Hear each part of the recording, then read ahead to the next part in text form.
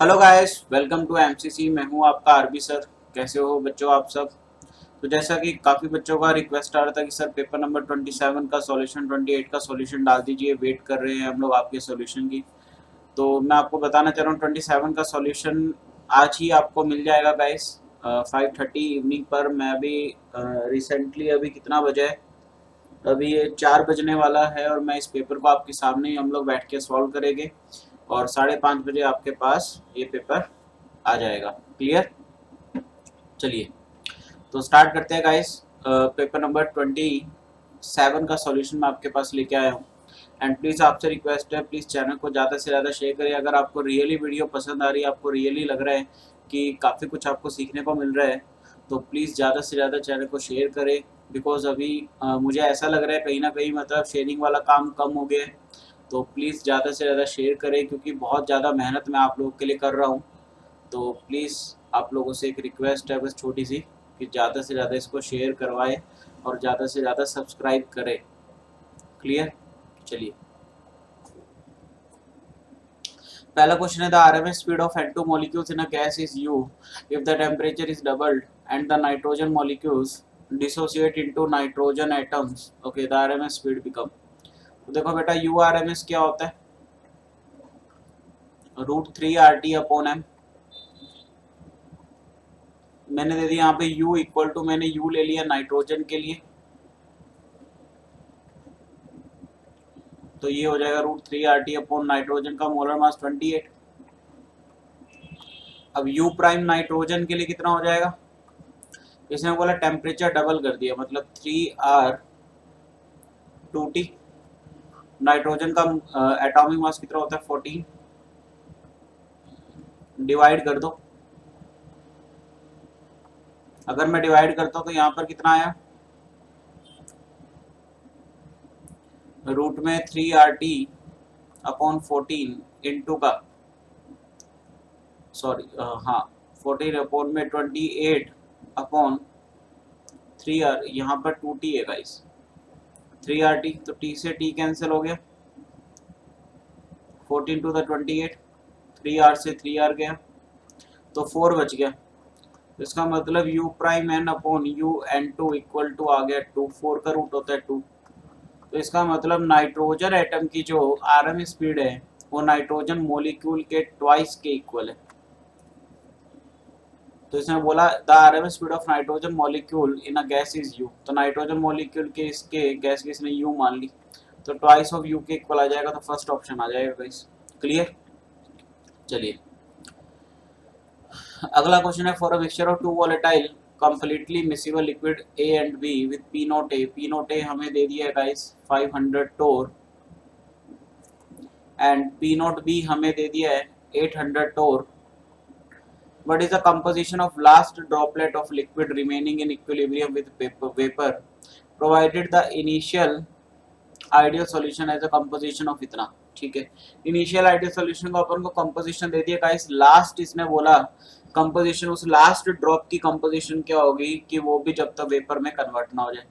तो देखो इसका डायग्राम हम लोग, अगर आपको बताओ ग्राफ हम लोग इसका बनाते हैं, इस केस का मैं आपको बता भी देता हूँ। सपोज यहाँ पर मैंने ए ले लिया, यहाँ पर बी ले लिया, मतलब यहाँ पे प्योर ए है और इस साइड प्योर बी है।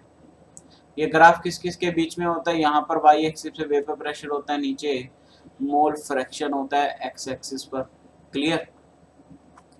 हम लोग बोलते हैं सपोज मैंने यहाँ पर क्या मान लिया गाइस कि पी नॉट बी जो है वो ज़्यादा मान लिया मैंने पी नॉट ए से। क्लियर? और जैसा कि दे भी रखा है कि पी नॉट बी ग्रेटर है ए से। तो ये तो हमारा हो गया कौन से फेज का काम? लिक्विड फेज का। ये है लिक्विड फेज हमारा। ये डार्क लाइन यहाँ पर लिक्विड फेज रिप्रेजेंट कर रही है हमें। और क्योंकि गैसियस फेज भी अगर मैं इसमें दिखाना चाहता हूँ तो ये जो डॉटेड लाइन में दिखा रहा हूँ आपको, ये जो dotted line, this dotted line represents vapour phase. ये वेपर फेज रिप्रेजेंट करती है। तो यहाँ से इसने बोला जब ये आपस में इक्विलिब्रियम आएगी, मतलब जब लास्ट ड्रॉप भी वेपर बनने वाली होगी, तो क्या यहाँ पर जो काइए दे रखा है, काइए इसका 0.6, क्या उतना ही इसका वाई होगा? क्योंकि लास्ट ड्रॉप है, जब वो वेपर बन जाए तो मोल फ्रैक्शन तो इसमें सारा का सारा हम लोग मान के चलना कि लगभग लिक्विड जो है वेपर में कन्वर्ट हो ही चुका है। तो मोल फ्रैक्शन इसका मैं YA की तरह मान सकता हूँ 0.6। तो YA इक्वल टू क्या होता है गाइस अपने पास PA upon P note PA upon PT। तो PA कितना है, P नोट ए काई ए, तो P नोट ए हमारे पास कितना है गाइस 500 इंटू काई ए, तो मेरे को निकालना है, ठीक है ना, मेरे को कंपोजिशन निकालनी है। Upon total pressure, total pressure अपने पास कितना आएगा वो देखना है हमें। तो क्या करूंगा, P नोट ए काई ए प्लस का P नोट बी काई बी, तो 800 इंटू काई बी को मैं क्या लिख सकता हूँ 1 माइनस का काई ए, और ये वाई ए मेरे को कितना दे दिया 0.6, तो इक्वल टू यहाँ पे कितना आ गया 500 काई ए, और नीचे भी ऐड कर लेते हैं 500 काई ए प्लस 800 माइनस का 800 काई ए, तो ये यहाँ तो रह गया नीचे -300 काई ए प्लस का 800 काई ए। तो अब एक काम करते हैं, इसको सॉल्व करते हैं। तो 0.6 को जब मैं -300 से मल्टीप्लाई करूंगा, क्लियर, 0.6 को -300 से मल्टीप्लाई करूंगा तो ये आ गया गाइस 180।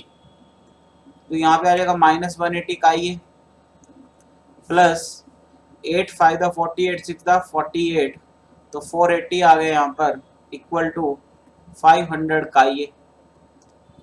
तो यहाँ से का ये कितना आ जाएगा गाइस 480 अपॉन 500 प्लस का 180, तो 680 हो गया ये। तो 480 अपॉन 6 से 0 कटा, तो ये हो गया 24, ये हो गया हमारा 2 3 दा 6 2 4 दा 8, 12 अपॉन 17, तो 12 अपॉन 17 डिवाइड करे कितना आएगा, तो ये आ जाएगा लगभग 17 7 दा कितना होता है 120, अगर मैं ले लूँ तो 7 7 दा 49,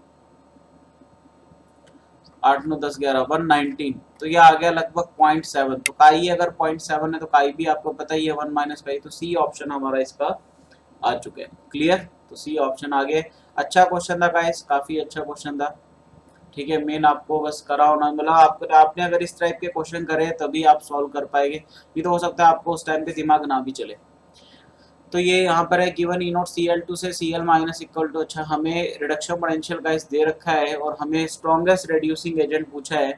तो आपको तो पता ही है कि reducing agent is inversely proportional to reduction potential, तो जिसका रिडक्शन पोटेंशियल कम होगा वो ज़्यादा अच्छा रिड्यूसिंग एजेंट होगा। 1.36 है, माइनस का 0.74 है, 1.33 है और 1.51 है, तो सबसे कम तो यही वाला है क्रोमियम का। तो ऑब्वियस सी बात है क्रोमियम जो होगा वो हमारा सबसे ज़्यादा अच्छा रिड्यूसिंग एजेंट होगा। क्लियर, तो डी ऑप्शन इसका आ गया। क्लियर है गाइस।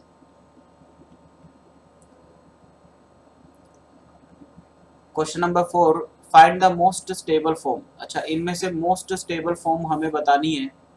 तो अगर मैं देखूं पहला ऑप्शन, दूसरा, ठीक है, अगर मैं दूसरे ऑप्शन को ध्यान से देखूंगा अगर दूसरे ऑप्शन को ध्यान से देखूं तो एक तो हाइड्रोजन बॉन्डिंग हो रही है, इसमें, और दूसरी चीज स्टैगर्ड कॉन्फ़िगरेशन है। This is the staggered configuration, ये स्टैगर्ड है और साथ साथ में हाइड्रोजन बॉन्डिंग भी है।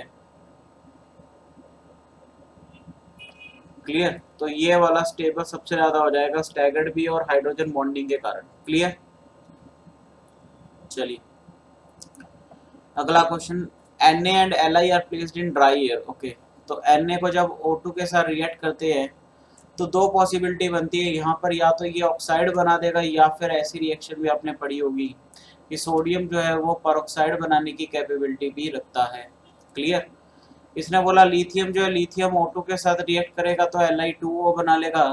बट आप लोगों को पता होगा एनसीईआरटी में साफ साफ लिखा हुआ है कि लिथियम इकलौता ऐसा मेंबर है जो नाइट्रोजन के साथ रिएक्ट करके Li3N भी बना लेता है। अपने ग्रुप में इकलौता ऐसा मेंबर है गाइस जो नाइट्रोजन के साथ रिएक्ट करके क्या बना लेता है, Li3N मतलब नाइट्राइड भी बना लेता है ये। क्लियर, तो इसने बोला क्या क्या बनाएगा, तो Na2O, Na2O2 तो देखो कहीं भी नहीं दे रखा, तो इसका मतलब ये वाला केस लेंगे हम लोग। Na2O बन रहा है, Li2O बन रहा है एंड Li3N बन रहा है। तो ये देख लो ऑप्शन किसमें है, Na2O Li2O Na2O Li2O Li3N, NH3 तो बनेगा नहीं, तो डी ऑप्शन यहाँ पर आ गया गाइस। क्लियर। अगला क्वेश्चन इसने बोला assuming 2s2p mixing is not operative. Okay, 2s2p mixing operative नहीं है द पैरामैग्नेटिक स्पीसीज। तो हम लोग देखते हैं Be2 जो है, अब यहाँ पे कॉन्फ़िगरेशन क्या होगी, sigma 1s sigma star 1s sigma 2s sigma star 2s।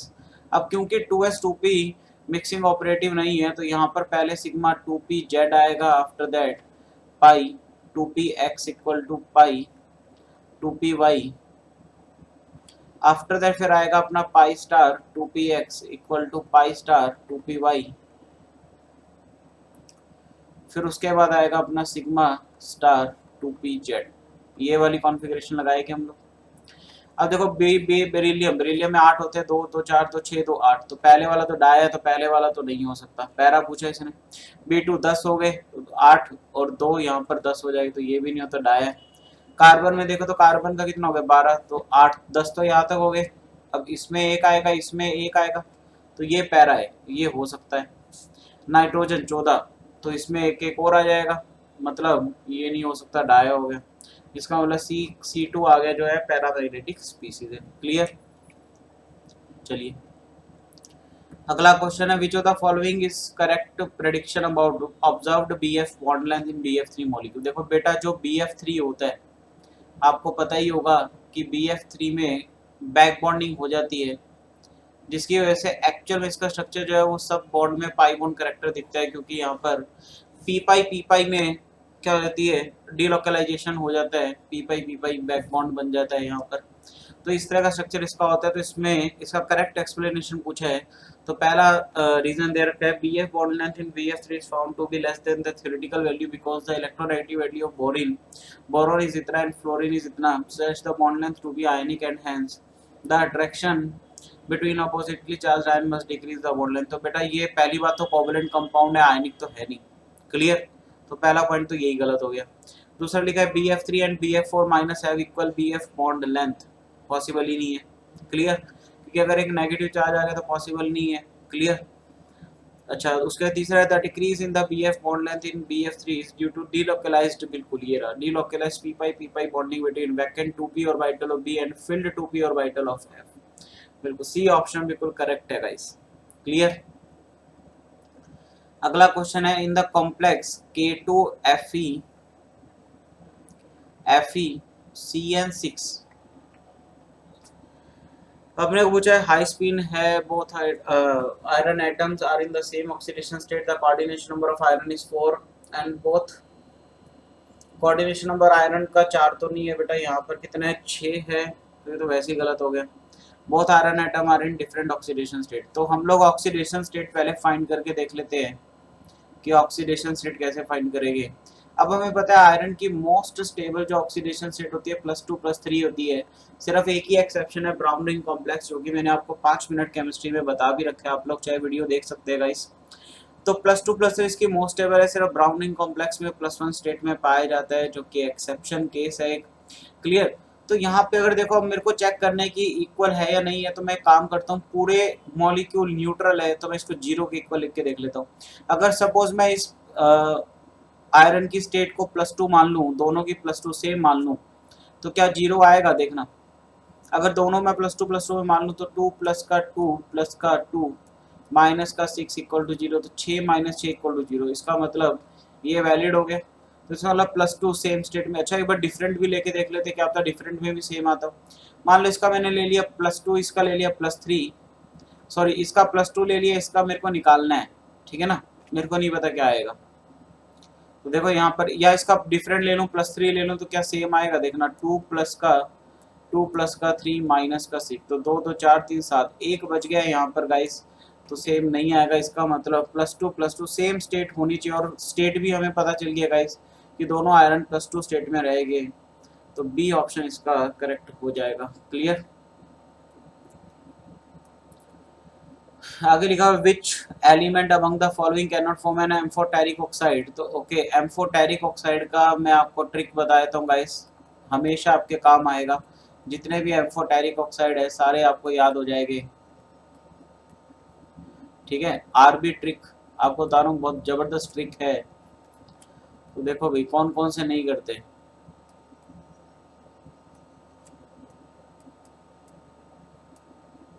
देखना बेटा, याद करने का तरीका क्या है, सुनो। लेड से मैं रेड बना रहा हूं, सुनो, red jeans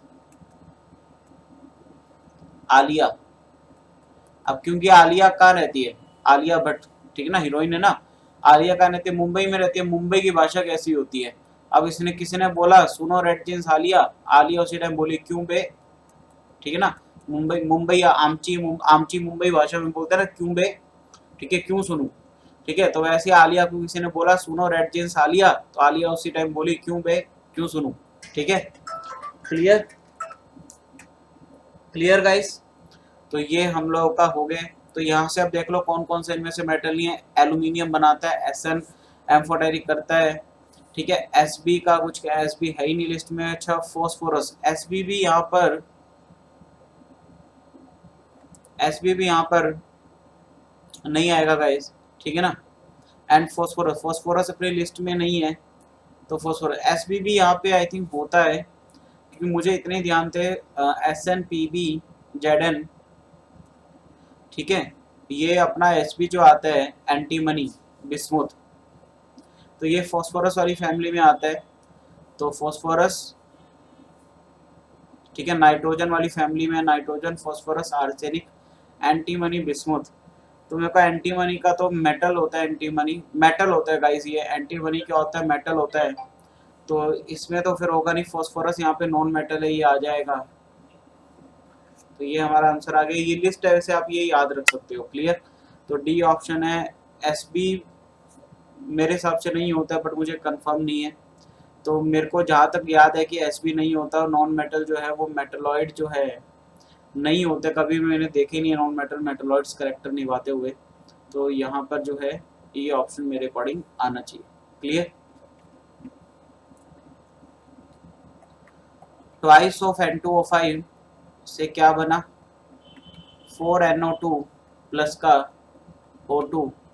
What is the ratio of the rate of decomposition of N2O5 to rate of formation of O2? Okay, तो देखना यहाँ पर 1/2 माइनस का DN2O5 upon DT equal to O2 के साथ करना है, तो ये आ गया DO2 बाय DT प्लस का। तो अपने को rate of, ratio of the rate of decomposition to rate of formation, तो दिस बाय दिस होगा, तो ये 2:1 में आ जाएगा। तो बी ऑप्शन आ गया गाइस, क्लियर। अगला, why is the oxidation of a primary alcohol with a mixture of sodium dichromate Na2Cr2O7 and sulphuric acid not a good method for the preparation of corresponding aldehyde.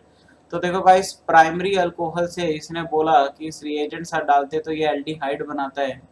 अब आपको पता होना चाहिए oxidise कर रहा है इसको, एल्डिहाइड बना रहा है, और आपको पता होना चाहिए एल्डिहाइड फर्दर ऑक्सीडाइज हो जाता है एसिड के अंदर, फर्दर वो मतलब फिर ऑक्सीडाइज हो जाता है और एसिड बना लेता है, कार्बोक्सिलिक एसिड। तो इसलिए ये अच्छा मेथड नहीं है प्रिपेयर करने के लिए। तो ये इसमें ये ऑप्शन आ जाना चाहिए कि any aldehyde produce will be oxidise further. तो बी ऑप्शन मेरे अकॉर्डिंग इसका आ जाना चाहिए, क्लियर। अगला क्वेश्चन है, which reagent can convert acidic acid into ethanol. तो आप सभी को पता ही होगा LiLH4 मैं ऑलरेडी करवा चुका हूँ आप लोगों को, 5 मिनट केमिस्ट्री में आप जाके देख सकते हैं LiLH4 के बारे में, सारे फंक्शन निकलवा रखे हैं। तो कार्बोक्सिलिक एसिड को इथेनॉल में कन्वर्ट करता है ये। बस एक बात याद रखना, LiLH4 आपके पाई बॉन्ड को कुछ भी कहता नहीं है, पाई बॉन्ड को वो छेड़ता तक नहीं है, मतलब पाई बॉन्ड या ओलिफिनिक बॉन्ड भी बोल सकते हैं। तो पाई बॉन्ड को रिड्यूस नहीं करता, बाकी लगभग हर फंक्शन को रिड्यूस करता है। अगर NO2 आ जाए, बहुत बच्चों को जैसे दिक्कत क्या रहती है कि सर अगर NO2 आ जाए तो NO2 को क्या रिड्यूस करता है, बिल्कुल NO2 को रिड्यूस करता है ये, और NO2 को ये अमीन में कन्वर्ट कर देता है, क्लियर। जैसे हम लोगों ने MPV रिडक्शन पढ़ा था, आप लोगों ने देखा होगा वीडियो। तो MPV रिडक्शन में मैंने बोला था कि वो पाई बॉन्ड और NO2 को नहीं छेड़ता, बाकी वो कार्बोनिल ग्रुप में एल्डिहाइड और कीटोन को सिर्फ वो क्या करता है, कन्वर्ट रिड्यूस करता है, जबकि ये आगे भी कार्बोक्सिलिक एसिड वगैरह इनको भी क्या कर देता है, रिड्यूस कर देता है इथेनॉल में, क्लियर। चलिए sodium phenoxide reacts with CO2। Okay, देखना बेटा, तो मेरे को लग रहा है NCERT की रिएक्शन है ये बेटा। ONA जो है सोडियम फिनॉक्साइड, जैसे CO2 से रिएक्ट करा 400 केल्विन पे, तो यहाँ पे आपको पता होगा कि ये क्या बना लेता है, OH बना लेता है और यहाँ पर COOH बन जाता है। आफ्टर दैट फर्दर क्या होता है, यहाँ पर OH और यहाँ पर ये H हट के CONA बन जाता है। तो ये बना लेता है अपना सोडियम सैलिसाइक्लेट। सोडियम सैलिसाइक्लेट या सैलिसाइक्लेट, एल्डिहाइड तो नहीं बन रहा, तो ये अपना सोडियम सैलिसाइक्लेट बन जाएगा। तो ए ऑप्शन मेरे अकॉर्डिंग इसका आ जाएगा। क्लियर। अगला क्वेश्चन है अपने पास X प्लस का K2CO3 प्लस का एयर हीट। तो बेटा ये अगर मैं देखूं तो X क्या होगा मेरा यहाँ पर MnO2, बिकॉज इसको क्या बोलते हैं, पायरोल्यूसाइड। और पायरोल्यूसाइड कैसा होता है, ब्लैक कलर का होता है। क्लियर, क्लियर है, ग्रेइश ब्लैक कलर होता है इसका, ब्लैक कलर का होता है। इसको जब मैं K2CO3 के साथ रिएक्ट करवाऊंगा इन प्रेजेंस ऑफ ऑक्सीजन, तो ये हीट करने पे अपने को क्या देते हैं, K2MnO4। आई थिंक आपको याद आ गया होगा, मैंने आपको KMnO4 का प्रिपरेशन करवाया था। This is called green colour compound, ये ग्रीन कलर का होता है गाइस। साथ में इसके K2MnO4, अब K2MnO4 जो है वो फर्दर रिएक्ट करता है, किसी भी गैस क्या कर सकता है, इधर Cl2 इधर CO2, मैंने आपको बताया था। तो ये यहाँ से KMnO4 दे देते हैं, जिसका कलर क्या होता है, वॉयलेट पिंक कलर का होता है। तो पिंकिश कलर इसने दिया हुआ है। तो आई थिंक अपने पास सारे कंपाउंड आ गए। पहला कंपाउंड MnO2 होगा जो कि ब्लैक कलर का होगा, दूसरा कंपाउंड ग्रीन कलर का होगा जो कि K2MnO4 होगा, तीसरा KMnO4 होगा जो कि पिंक कलर का होगा। सी ऑप्शन मुझे दिखाई दे रहा है, तो वो आंसर आ गया। अगला क्वेश्चन है the solubility of sparingly soluble salt AOH whole twice, molecular weight इतना दिया हुआ है। सबसे पहले तो तोड़ लेते हैं इसको गाइस। यहाँ पर 2OH माइनस है, अपने को निकालना है pH निकालना है। तो pH निकालने के लिए मुझे H प्लस पता होना चाहिए, और H प्लस मैं निकालूंगा OH माइनस से। ठीक है, अब कैसे करूंगा, तो सबसे पहले सॉल्युबिलिटी जो है अपने को यहाँ पर किस में दी है, ग्राम पर लीटर में दी है। तो इसको मैं किस में कन्वर्ट कर लूँगा, सबसे पहले तो मोल पर लीटर में कन्वर्ट कर लूँगा। कैसे करूँगा, 19.23 इसके क्या लिख दो, मोलर मास, इसको डिवाइड कर दो 192.3, तो ये आ गया नीचे 100, ऊपर आ गया 10, तो ये आ गया गाइस 0.1 मोल पर लीटर। ये इसकी सॉल्युबिलिटी आ गई। अब इसकी सॉल्युबिलिटी अगर एस से स्टार्टिंग में 0 इसकी 0 होगी, तो इसकी एस, इसकी 2s। तो इसका मतलब OH माइनस आयन की जो सॉल्युबिलिटी होगी वो किसके इक्वल होगी, 2s के। क्लियर। अब S कितना सॉल्युबिलिटी, अभी हमने 0.1 निकाला था, और इसने बोला 80% आयोनाइज हुआ है, इसका मतलब इंटू 80/100 भी करूंगा, तो कितना आ गया यहाँ से, तो ये आ गया 8 टू द 16, 0.16 आ गया। 0.16 आ गया, तो मैं क्या यहाँ से POH निकाल सकता हूँ, तो ये आएगा माइनस का लोग, ये आ गया 16/100। ठीक है, इसको मैं कैसे ले सकता हूँ, माइनस लोग 16 प्लस लोग 100, तो लोग 100 तो 2 हो गया, माइनस लोग 16 को क्या ले सकता हूँ, माइनस का 2 लोग 4 प्लस का 2, तो log 4 कितना होता है, 0.6020, तो 6020 को 2 से मल्टीप्लाई करूंगा, कितना आ जाएगा, 12040, तो 0.6020, 1 2 3 4, तो 1.20 आ गया गाइस। तो माइनस का 1.20 प्लस का 2, तो 2 में से 1.20 घटा दिया मैंने, तो ये बच गया 8, ये बच गया 1.8, तो 1.8 बच गया गाइस। तो 1.8 आ गया अगर मान लो POH, तो pH कितना आ जाएगा गाइस, 14 में से 1.8 माइनस कर देंगे,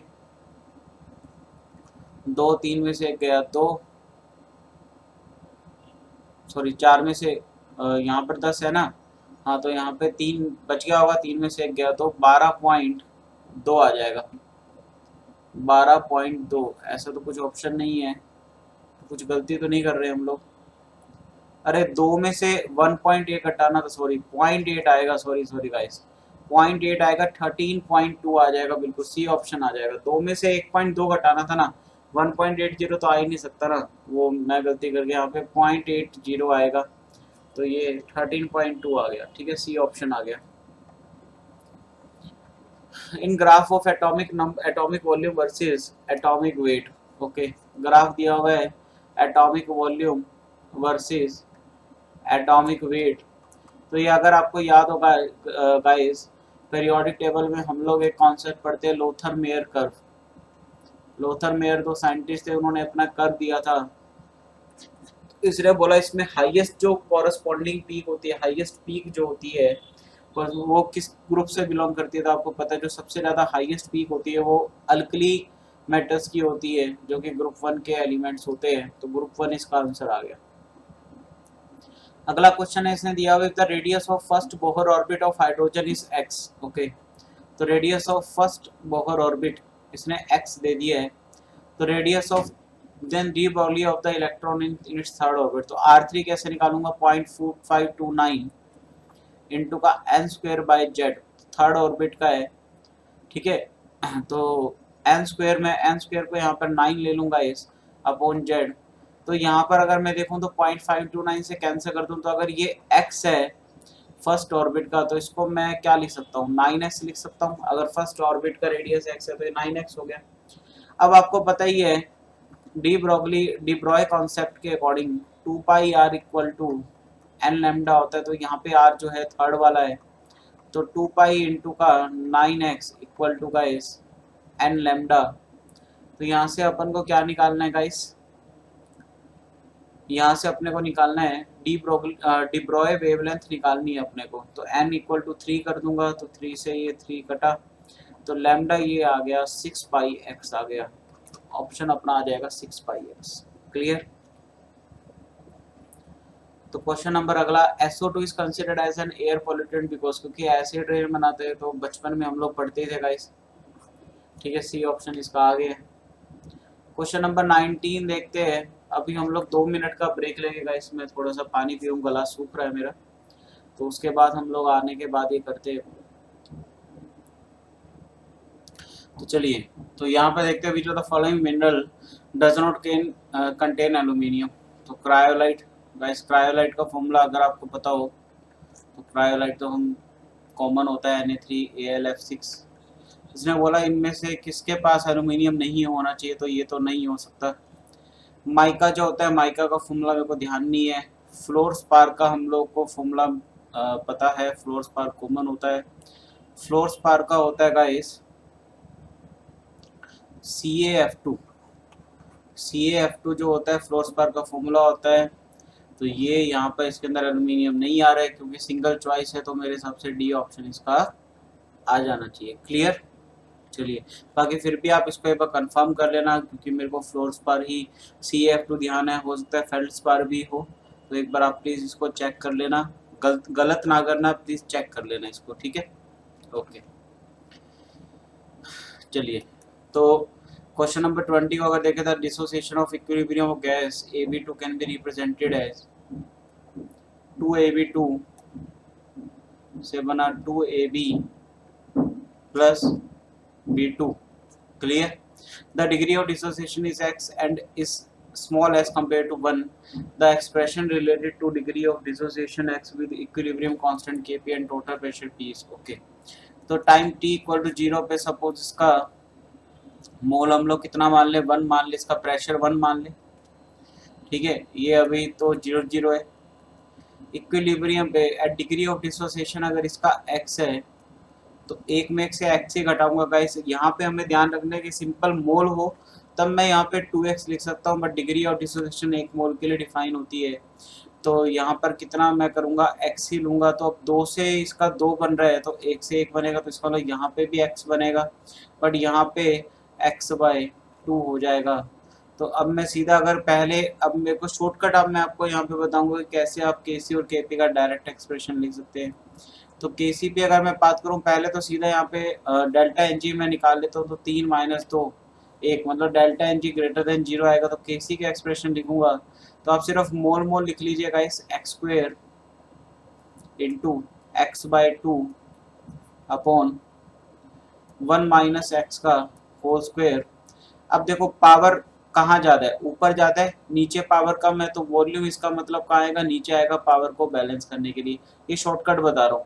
अगर वॉल्यूम नीचे आ गया इसका मतलब टोटल प्रेशर ऊपर आएगा गाइस, क्योंकि volume is inversely proportional to pressure.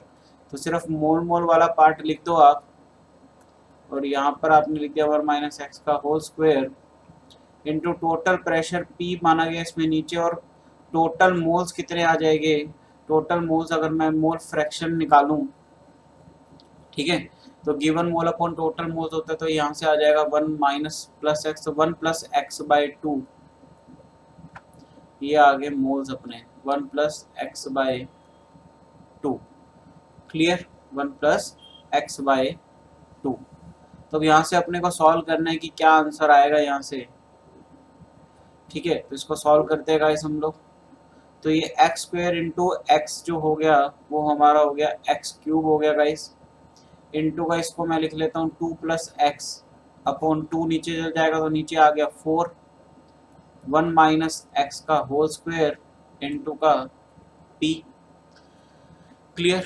अब 1 माइनस एक्स का होल स्क्वायर इंटू का पी, तो यहाँ से देखना क्या होगा, यहाँ से इसको मैं क्या लिख सकता हूँ, देखना गाइस, के पी इक्वल टू इसको लिख सकते हैं हम लोग एक्स क्यूब इंटू का 2 प्लस एक्स, नीचे 4 इंटू 1 माइनस एक्स का होल स्क्वायर, तो ए स्क्वायर माइनस बी स्क्वायर, तो ये जो होगा तो इसको मैं लिख सकता हूँ 1 प्लस एक्स इंटू का 1 माइनस एक्स, ऐसे लिख सकता हूँ मैं इसको, क्योंकि अगर इसको मैं मल्टीप्लाई करूँगा तो 1 स्क्वायर माइनस एक्स स्क्वायर, तो ये 1 माइनस एक्स का नहीं होल स्क्वायर, ये नहीं बनेगा, बिल्कुल ऐसे तो लिख नहीं सकता मैं इसको।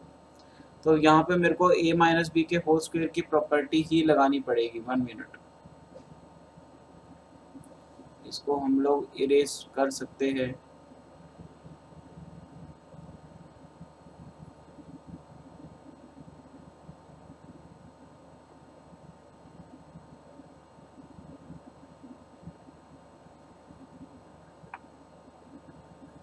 ये यहाँ पर पेन सेलेक्ट नहीं हो रहा है गाइस,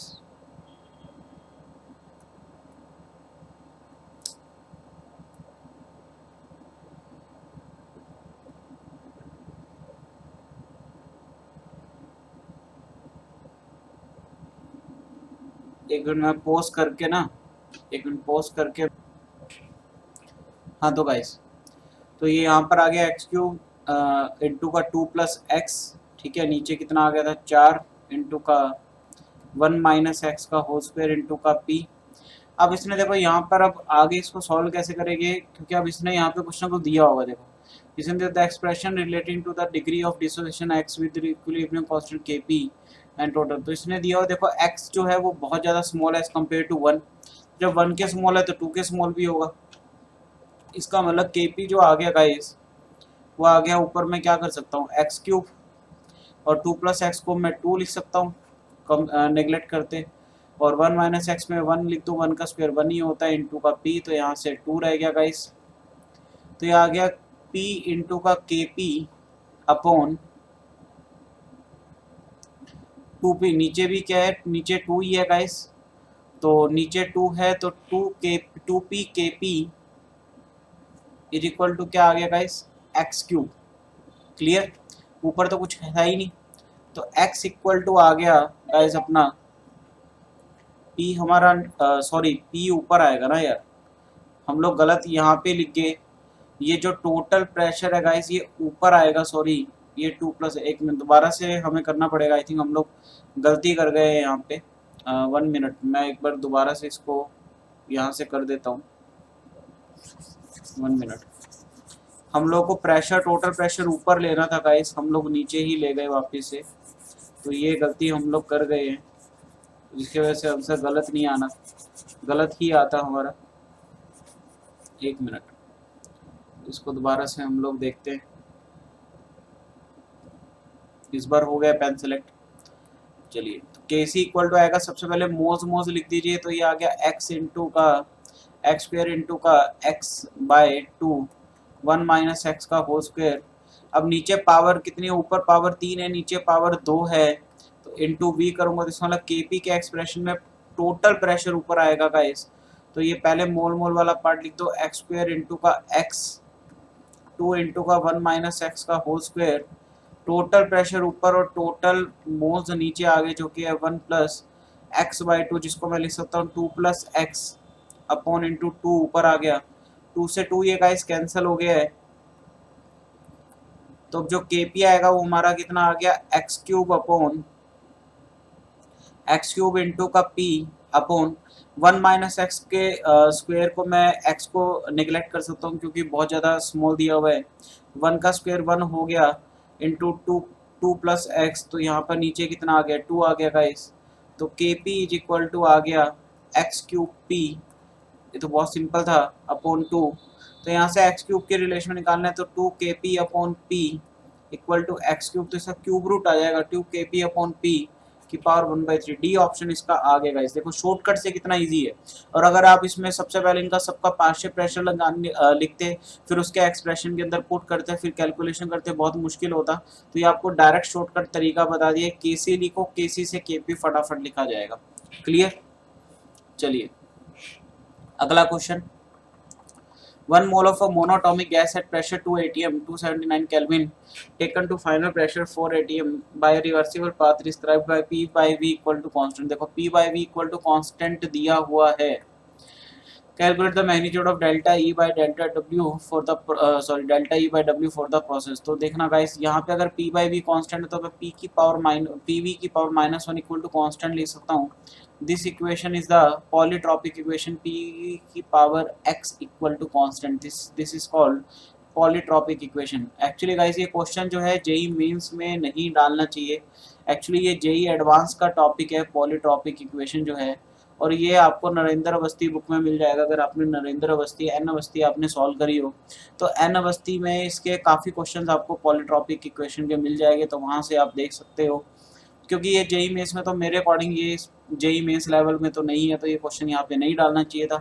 बट क्योंकि अब आ गया तो मेरा काम है आपको करवाना। तो यहाँ पर देखो पी वी की पावर माइनस ये x होता है, इसको n, कई बुक्स इसको n भी लिखती है या x भी लिखती है।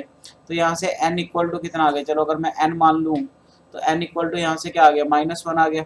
अब मैं क्या करूँगा, यहाँ से हीट कैपेसिटी निकाल सकता हूँ। ठीक है, तो एक तो molar heat capacity at constant volume क्या हो गया, मोनोटॉमिक गैस है तो सीवी का फॉर्मूला होता है F/2 NR। तो ये आ गया डिग्री ऑफ फ्रीडम मोनोटॉमिक के लिए, गैस के लिए क्या होता है n मोल 1 है और ये 3/2 R, 3 डिग्री ऑफ फ्रीडम होती है, 3/2 R आ गया। अच्छा हीट कैपेसिटी भी निकाल सकते हो। हीट कैपेसिटी का फॉर्मूला क्या होता है गाइस, याद रखिएगा 1/R/1 - n। ये कहाँ से आया, ये पॉलीट्रॉपिक इक्वेशन से आया। तो हीट कैपेसिटी इक्वल टू कितना हो गया, सीवी कितना है 3/2 R प्लस का R/1 -1, तो R/2 हो गया, तो यहाँ से आ गया 4R/2, तो मतलब 2R आ गया। तो C इक्वल टू आ गया गाइस अपना 2R, और सी वी आ गया अपना 3/2R। तो ये दो चीज़ें निकल चुकी है। अब मैं क्या करूँगा, अब मेरे को डेल्टा ई मतलब ये इंटरनल एनर्जी बता रहे, तो मैं यहाँ से डेल्टा यू निकाल लेता हूँ। Delta U ideal gas equation लगा सकता हूँ, NCV/dt। तो NCV/dt यहाँ पर मैं क्या लिख दूँगा, NCV की वैल्यू है हमारी 3/2R/dt। क्लियर है? ऐसे ही मैं क्या निकाल सकता हूँ, यहाँ पे Q निकाल सकता हूँ गाइस, क्योंकि मुझे W निकालना है और W मैं फर्स्ट लॉ ऑफ थर्मोडायनेमिक्स के थ्रू निकाल सकता हूँ। तो W का फॉर्मूला क्या होगा, Q का फॉर्मूला क्या होगा, NCDT, where C is the heat capacity. तो हीट कैपेसिटी भी हम लोगों ने निकाल ली है 2RDT। ठीक है, क्लियर इतना? बस अब कुछ नहीं करना, फर्स्ट लॉ ऑफ थर्मोडायनेमिक्स लगाना है। एक मिनट हम लोग इरेज कर देते हैं थोड़ा।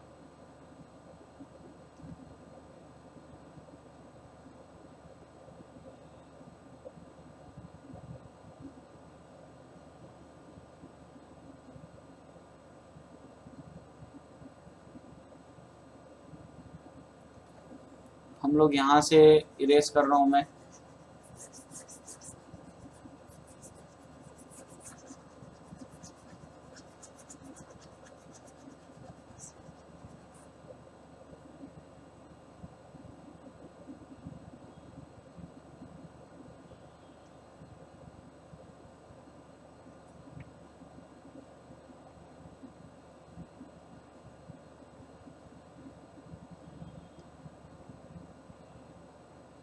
ये फिर क्लिक नहीं हो रहा है गाइस, थोड़ा सा इसमें प्रॉब्लम आ गया, सॉरी फॉर द डिले। ठीक है, चलो हो गया सिलेक्ट। तो अब मैं क्या निकालूंगा, मैं फर्स्ट लॉ ऑफ थर्मोडायनेमिक्स लगाऊंगा, फ्लोट तो जिसके इक्वल होता है delta U equal to delta Q, मतलब क्यू प्लस डब्ल्यू। तो यहाँ से हमारा क्यू भी आ गया, डेल्टा यू भी आ गया, तो डब्ल्यू इक्वल टू कितना हो जाएगा, डेल्टा यू माइनस का क्यू। तो डेल्टा यू कितना है हमारा 3/2 n R d T minus का ये हो जाएगा हमारा 2 NR dt। तो यहाँ से इसको करेंगे तो ये आ जाएगा -n/2r dt। तो W हमारा इतना आ गया, तो हमारे को निकालना क्या था, डेल्टा U बाई डब्ल्यू निकालना था। तो डेल्टा U कितना है गाइस हमारा 3/2 NR dt अपॉन W कितना आ गया माइनस का n इंटू का 2 R dt। तो R dt से R dt तो देखो कैंसिल हो गया, n से n कैंसिल हो गया, 2 से 2 कैंसिल हो गया, तो -3 आंसर आ गया है। तो ये -3 इसका आंसर आ जाएगा, -3। क्लियर, -3 इसका आंसर आ जाएगा। क्लियर है गाइस? तो ये हमारा क्वेश्चन था। क्लियर, तो ये हम लोगों ने कर लिया, इसमें प्रेशर वैशर कहीं जरूरत ही नहीं पड़ा। Clear, okay. अब उसके बाद ये the number of carbonyl compound carbon in the product X is, propyne दे रखा है अपने को CH3C ट्रिपल बॉन्ड CH, इसका रिएक्शन करवाया O3 in presence of CH2Cl2, heat भी करवा दिया, जिंक के साथ वाटर सा रिएक्शन भी करवा दिया। तो आपको पता है प्रोपाइन है, O3 ओजोनोलाइसिस करवाएगा, ओजोनोलाइसिस के थ्रू यहाँ पर जो बनता है गाइस वो कुछ इस तरह का सीन बनता है। अब यहाँ से क्या होता है, ये वाला बॉन्ड ब्रेक होता है, ये वाला बॉन्ड ब्रेक होता है, आपको तो पता ही है एनसीईआरटी में सीधी रिएक्शन है। तो ये यहाँ से कुछ इस तरह का बन जाएगा सीन। तो ये the number of carbon in the product एसिस, तो 2 कार्बन यहाँ पर मुझे दिख रहे हैं, तो 2 इसका आंसर आ गया गाइस। क्लियर, इजी क्वेश्चन था। अगला क्वेश्चन है, how many of the following intermediate have at least one contributing structure in which all the atoms have their octet complete. Okay, तो इसने बोला इनमें जितनी भी स्पीसीज दे रखी है इसमें सभी का कम से कम एक तो कंट्रीब्यूटिंग स्ट्रक्चर है, मतलब रेजोनेटिंग स्ट्रक्चर है, और उसमें सारे ऑक्टेट कंप्लीट होने चाहिए सबका। देखते हैं पहला अगर मैं बनाऊं, देखना गाइस यहाँ पर पॉजिटिव है, यहाँ पर ऑक्सीजन है, तो आपको पता ही ऑक्सीजन क्या कंजुगेट कर देगा, ये यहाँ पर ऐसे ब्रेक करेगा, ये यहाँ पर ऐसे ब्रेक करेगा, तो इसका जो कॉन्जुगेटेड स्ट्रक्चर बनेगा यहाँ पर पाई बॉन्ड बन जाएगा, यहाँ पर ऑक्सीजन था। क्लियर, यहाँ पर ये बना, यहाँ पर पॉजिटिव आएगा, अब ये यहाँ पर नेगेटिव है, नेगेटिव पॉजिटिव मिलके फिर बॉन्ड बना लेगा, और यहाँ पर ये, तो इसका ये कॉन्जुगेटेड स्ट्रक्चर बन गया। तो अगर यहाँ पे मैं ऑक्टेट देखूँ, 2 2 4 2 6 और एक तो इसके पास लोन पेयर भी पाएगा 8 है, तो इसका ऑक्टेट कंप्लीट है। इसका मतलब पहला तो हो जाएगा गाइस, ये वाला हो जाएगा। अगला देखूं तो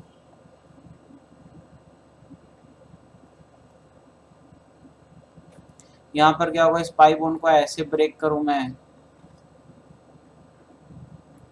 तो ये बॉन्ड यहाँ पर बन चुका है गाइस, और यहाँ पे पॉजिटिव चार्ज आ जाएगा। तो देखो तो इस कार्बन के तो वैसे ऑक्टेट कंप्लीट नहीं है, 2 2 4, तो इसका तो ऑक्टेट तो ये तो नहीं हो सकता गाइस। अगला देखता हूँ, यहाँ पर ये तीसरा जो दे रखा है हमें 5 मेंबर रिंग के साथ N चिपका रखा है CH3, इसके साथ पॉजिटिव है, तो N के पास लोन पेयर है, ये लोन पेयर किसको दे देगा, इसको दे देगा, तो यहाँ पर क्या आ जाएगा, डबल बॉन्ड आ जाएगा गाइस, और यहाँ पर ये CH3 तो जुड़े ही है, और पॉजिटिव चार्ज नाइट्रोजन पे आ जाएगा। तो यहाँ पर भी ऑक्टेट सबका कंप्लीट है देखो, तो यहाँ पर अगर मैं देखूँ तो 1 2 2 2 4 तो 6 2 8 पूरा ऑक्टेट कंप्लीट है हर किसी का, तो 8 यहाँ पे ये भी हमारा ऑप्शन आ गया। अगला ये वाला देखूँ तो यहाँ पे क्या होगा, रेजोनेंस होगा नहीं होगा देखते हैं पहले। तो ये लोन पेयर जो है ये पॉजिटिव चार्ज है, अगर ये पाई बॉन्ड कैसे ब्रेक कर जाएगा गाइस, देखना एक बार जरा। अगर मैं इस पाई बॉन्ड को, तो यहाँ पे तो रेजोनेंस ही नहीं हो रहा, देखो डबल सिंगल डबल नहीं, डबल सिंगल सिंगल, इसमें तो रेजोनेंस ही नहीं का, इसे तो वैसे ही नहीं होगा। अच्छा इसका देखें तो इसमें ये नेगेटिव चार्ज यहाँ है, ये पाई बॉन्ड यहाँ टूटा, यहाँ पर पाई बॉन्ड आ गया, जैसे इसके ऊपर पाई बॉन्ड आया है ये भी स्टेबल हो गया, ये नेगेटिव, ये भी पाई बॉन्ड बन जाएगा बिल्कुल। तो ये इसका देखो रेजोनेटिंग स्ट्रक्चर कैसे बनेगा, मैं आपको बना के दिखाया था, फिर आप लोगों को प्रॉब्लम आएगी। ये इसको इधर गया, इसको इधर गया, तो ये कुछ इस तरह का बन जाएगा, देखना यहाँ पर डबल बॉन्ड ऑक्सीजन आ गया, यहाँ पर नेगेटिव पॉजिटिव मिल गया, ये बॉन्ड बना लिया, और इस पे ये न्यूट्रल हो गया। तो देखो अब 2 तो 4, और अब क्योंकि इसके पास लोन पेयर तो थी 6 और 2 8, 8 ये पूरे, ये भी सारे, बाकी 8 इलेक्ट्रॉन है, तो ये भी हमारा आंसर आ जाएगा। और अगर इसका देखो तो ये नाइट्रोजन नॉन पेयर दे देगा, डबल बॉन्ड हो गया, डबल बॉन्ड हो गया, तो ये भी 8 पूरे करो, तो ये भी हो गया। तो कितने हो गए, 1 2 1 2 3 4, 4 हमारे यहाँ पर आएंगे आंसर, 4 हमारा आंसर आ जाएगा गाइस। अगर अगला देखें, the number of essential amino acid among the following is, तो इसमें से हिस्टिडीन होता है गाइस, वैलिन होता है, लाइसिन होता है, और मिथियोनाइन होता है, ये हमारे सारे असेंशियल अमीनो एसिड होते हैं 4। तो ये आपको लिस्ट याद होनी चाहिए गाइस, इसमें तो कोई लॉजिक वाली बात ही नहीं है, तो लिस्ट याद होनी चाहिए, तो 4 इसका आंसर आ जाएगा। क्लियर। अगला क्वेश्चन है, the number of pi bonds in the major product will be. Okay, तो पाई बॉन्ड अगर मैं देखूं मेजर प्रोडक्ट विल बी, तो LiLH4। अब LiLH4 के तो मैंने आपको फंक्शन बताया था गाइस कि पाई बॉन्ड को कुछ नहीं कहता, NO2 को भी ये रिड्यूस करता है NH2 में, ठीक है, और कार्बनिक ग्रुप्स को ये कन्वर्ट कर देता है अल्कोहल में। तो अगर मैं देखूं तो ये पाई बॉन्ड इसको तो कुछ छेड़ेगा नहीं, ये OH में कन्वर्ट हो जाएगा, ये OH में कन्वर्ट हो जाएगा, ये NH2 में कन्वर्ट हो जाएगा, तो एक ही पाई बॉन्ड आएगा, ठीक है ना। ये अकेला अल्कीन है, ये अकेला ये पाई बॉन्ड रह जाएगा जिसको रिड्यूस नहीं करेगा, तो एक इसमें पाई बॉन्ड आ जाएगा। क्लियर। तो ये था हमारा पेपर नंबर 25, काफ़ी अच्छा पेपर था गाइस। इस बार का थोड़ा सा पेपर मैं कहूँगा टफ था, ठीक है, जो चीज़ें मतलब आपको हो सकता है नहीं आती हो, तो मैं इस बार कहना चाहूँगा कि 80 to 85 मार्क्स अगर इस पेपर में आप ला रहे हैं तो आपकी प्रिपरेशन काफ़ी अच्छी है। देखिए एवरेज स्कोर आपको मैंने बता दिया है, दूसरे पेपरों के कंपेयर में काफ़ी अच्छा पेपर था, और वो पॉलीट्रॉपिक जो इक्वेशन का क्वेश्चन आया हुआ है वो जेई मेंस में नहीं है गाइस। तो अगर आप लोग जेई मेंस की तैयारी कर रहे हैं तो चाहे आप पॉलीट्रॉपिक इक्वेशन को छोड़ सकते हैं, क्योंकि वो जेई एडवांस का टॉपिक है। बट हाँ, अगर आपको जेई एडवांस देना है तो आप फिर उसको भी करिए, और एन अवस्थी बुक में उसके बहुत सारे क्वेश्चन आपको मिल जाएंगे, तो वहाँ से आप प्रैक्टिस भी कर सकते हैं। चलिए guys, okay, bye bye, take care, thank you very much.